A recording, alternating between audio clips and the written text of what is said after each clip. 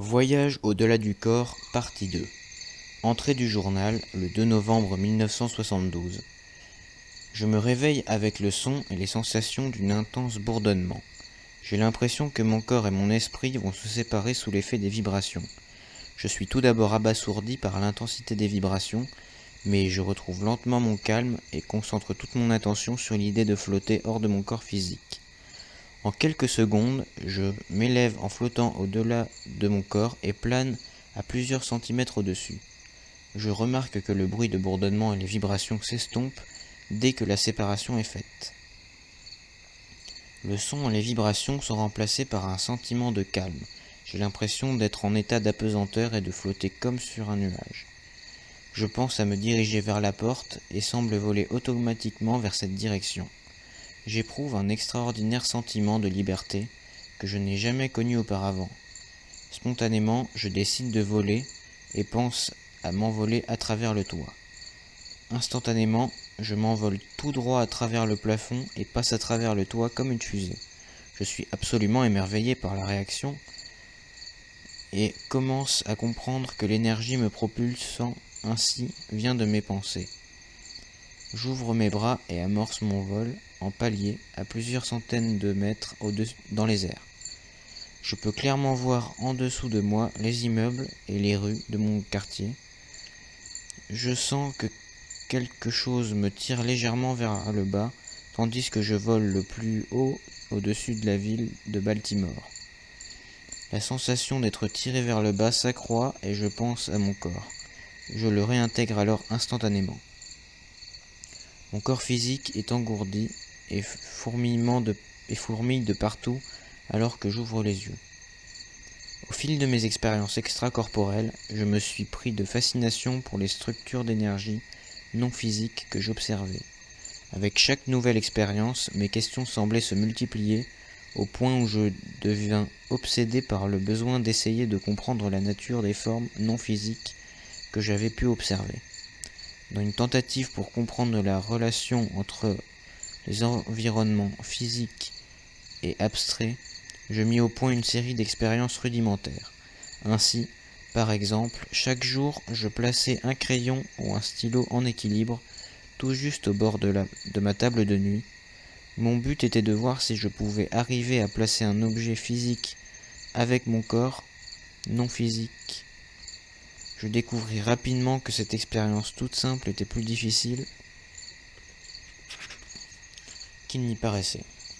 Mon plus gros obstacle était d'essayer de me concentrer sur mon expérience. Au moment de la séparation, je me mettais à penser aux possibilités illimitées s'offrant à moi, et mon expérience m'apparaissait alors insignifiante comparée aux nombreuses merveilles qui s'offraient à moi. Alors chaque expérience, je réalisais de plus en plus clairement que la forme non physique était extrêmement sensible et réagissait instantanément à la moindre pensée. Mes pensées conscientes et inconscientes dominantes me propulsaient sur le champ dans une direction déterminée. J'appris rapidement que mon inconscient exerçait beaucoup plus d'influence et de contrôle sur mes actions que je ne l'avais imaginé. Souvent, une pensée tout à fait spontanée créait une réaction immédiate. Ainsi, par exemple, si je pensais à voler et qu'il m'arrivait souvent de le faire, je m'envolais immédiatement à travers le plafond ou le mur et planais au-dessus de mon quartier. Peu à peu, je me suis rendu compte que l'obtention du plein contrôle conscient au cours des premières secondes après la séparation était absolument essentielle. Pour y parvenir, je mis différentes méthodes à l'essai.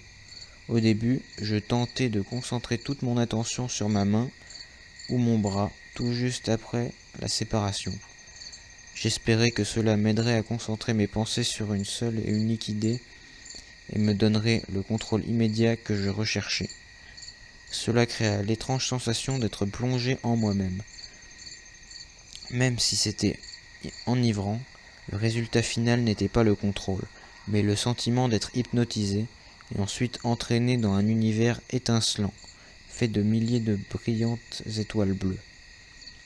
Insatisfait du résultat, je décidai d'essayer d'agripper mon bras immatériel et de concentrer mon attention sur les sensations de prise sur mon bras. Je fus quelque peu surpris de découvrir qu'au toucher, mon bras non physique était étonnamment solide. Mon corps non physique possédait une qualité vibratoire intrinsèque. Il donnait l'impression d'être complètement solide, mais je pouvais tout de même sentir la douce énergie vibratoire de la substance de mon bras. Je découvris rapidement que mon corps d'énergie était à tout égard bien réel, et qu'il semblait être une réplique exacte de mon corps physique. Je me rendis également compte que lorsque mes pensées étaient centrées sur mon enveloppe corporelle non physique, je commençais alors à me sentir attiré vers l'intérieur, comme si quelque chose me tirait dans le profond vide à l'intérieur de moi. Je répétais plusieurs mois d'affilée cette procédure d'examen de mon propre corps et parvins par tâtonnement à mieux comprendre la nature de mon corps immatériel. Au fil de mes observations, je commençais à réaliser que ma forme non physique était comme un moule d'énergie, en fait une énergie consciente qui avait adopté une forme temporaire. Le corps que je découvrais durant mes sorties hors du corps paraissait être le résultat de mes attentes, de mon esprit et de la conception que je m'en faisais. En outre, je reconnus que le fait de me concentrer ainsi sur ma forme non physique m'incitait fortement à pénétrer dans des espaces intérieurs que je n'étais absolument pas en mesure de comprendre.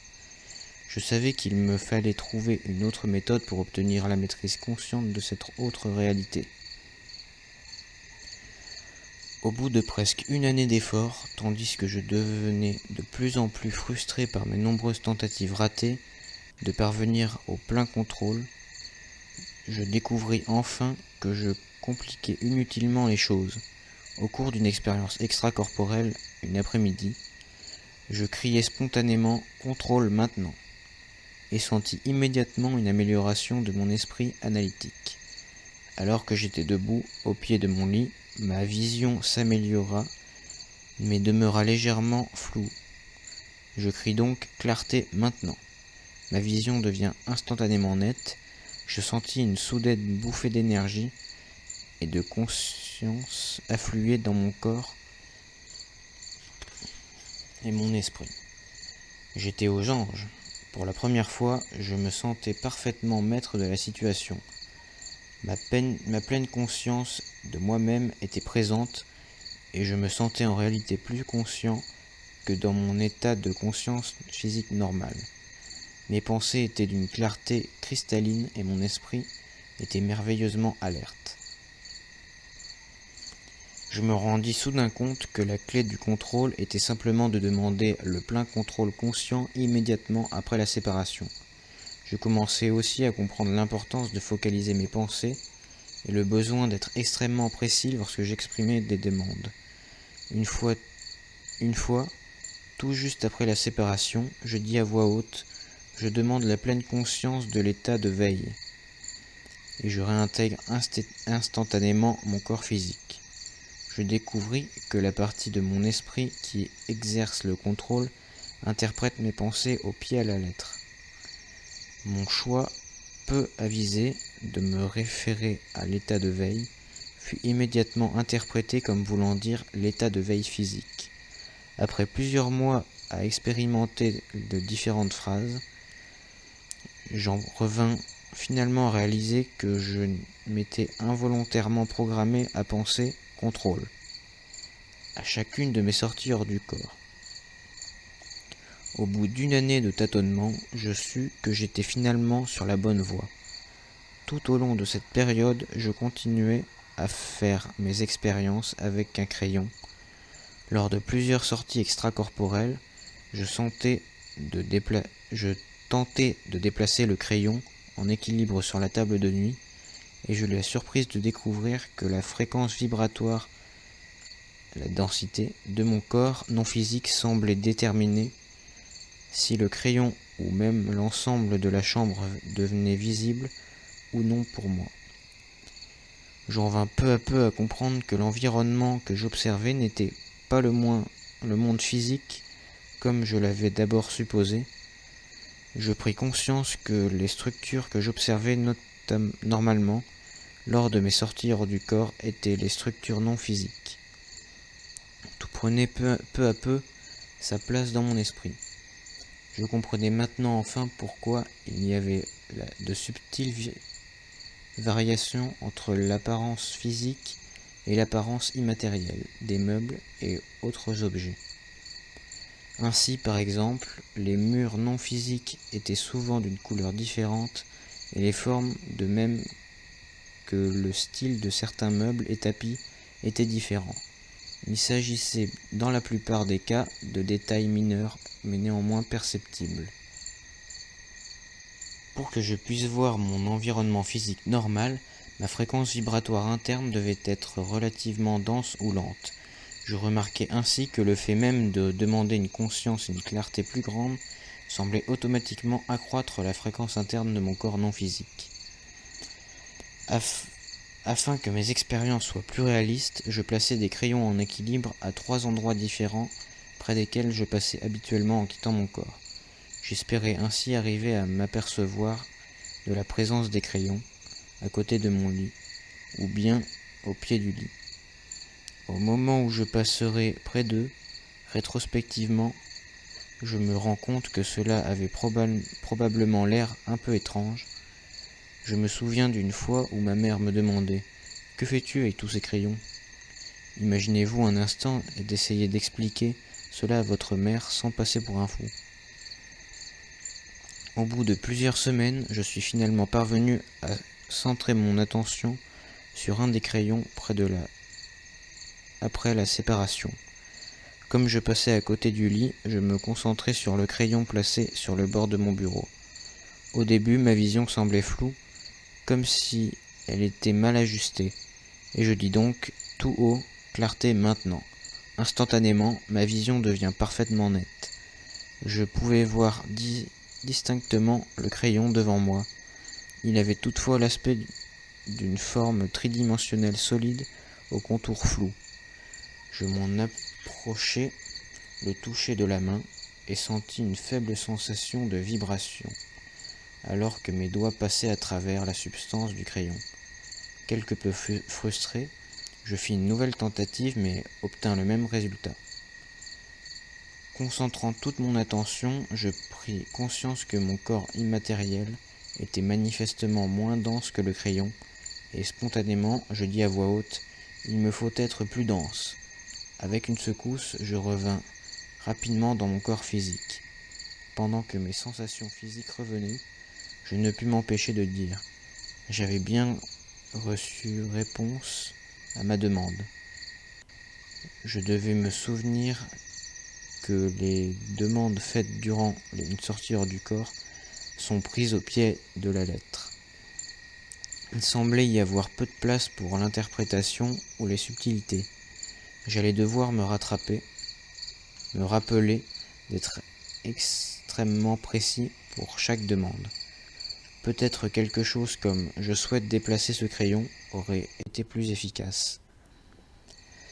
Lors d'une expérience du même genre quelques années plus tard, je m'exerçais à faire de l'auto-hypnose avec une seule chandelle allumée.